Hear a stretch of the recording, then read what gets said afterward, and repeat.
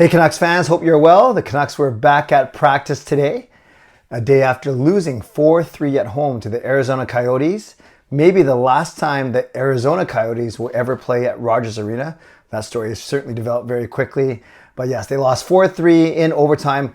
Quite frankly, I thought the Canucks were going to win the game after they scored those 2 goals in the second half of the third period. Looked like momentum was on their side. Even in overtime with Brock Boeser in the penalty box, we had the best scoring chance. When Filip Hronek was hauled down, had his penalty shot, didn't really do much with it. I would have preferred him to take that slap shot actually. And then the Coyotes scored just as Brock Boeser was making a slow emergence from the penalty box. So at least the Canucks got a point, but it sure makes this race between the Canucks and the Oilers atop the Pacific Division.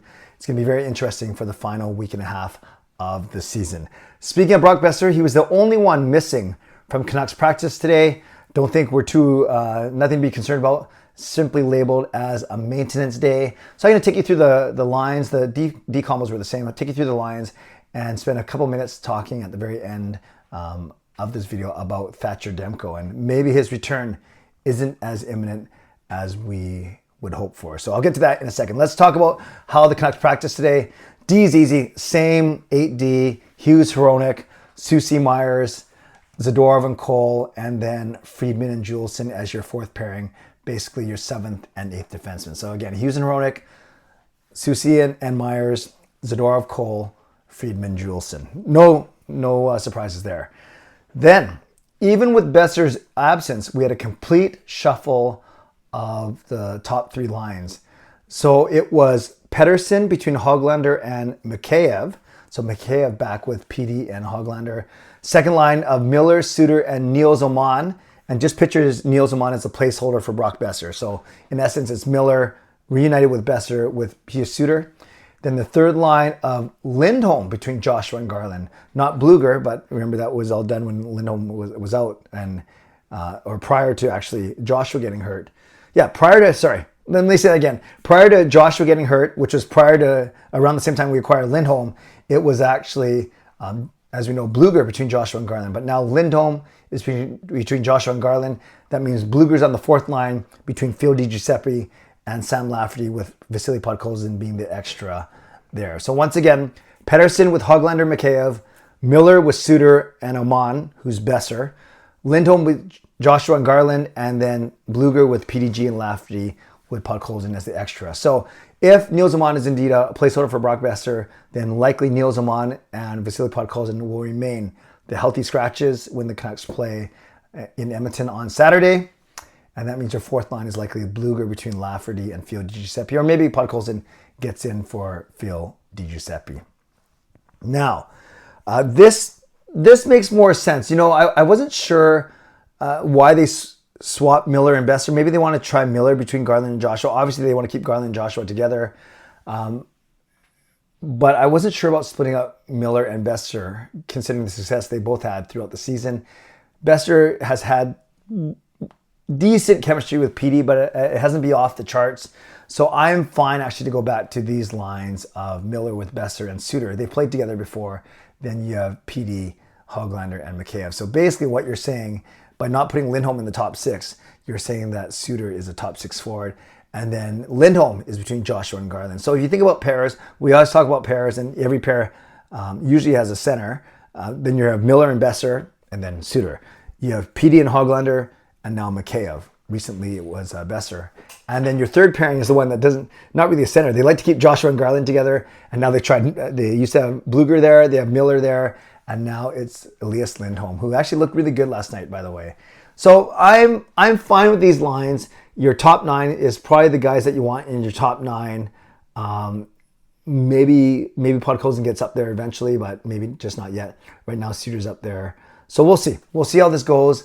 And yeah, these are the lines that the Canucks wrote out with no Brock Boeser in the lineup. Now, Thatcher Demko, we were hoping he was going to come off the LTIR this past weekend against LA. He didn't. So DeSmith played LA, then Shilovs played against Vegas, and then Shilovs played last night. Obviously, we're not as strong of a team without Thatcher Demko. Shilovs has been fine. DeSmith's been pretty good for the whole season, but they're not Thatcher Demko. Now, Thatcher Demko participated in a full practice today. He did not leave a few minutes early, full practice. Saw video footage. He looked fine. His lateral movement was fine. And he confirmed very quickly that it was indeed a knee injury, so no surprise there. He confirmed that he feels like he's ready to play on Saturday in that possibly massive matchup game against Edmonton. But he also said that the Calgary game on Tuesday has always been the target. So this was news. I thought the target was last Saturday against LA. Then I thought the target was this Saturday against Edmonton.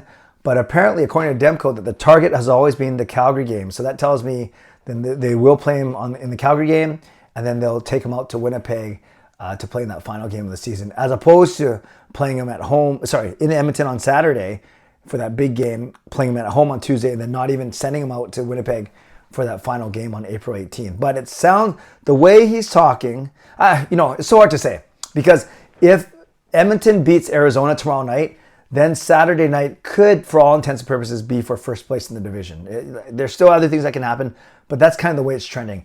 If Edmonton loses to Arizona tomorrow night, like we did to them last night, then there's a tiny bit of breathing room, and maybe you're not as pressed to start Demko. Maybe, though, you're not pressed to start Demko anyways. Like, regardless of how big the Saturday matchup is, there's another 3 days, right? Because the next game's not till Tuesday.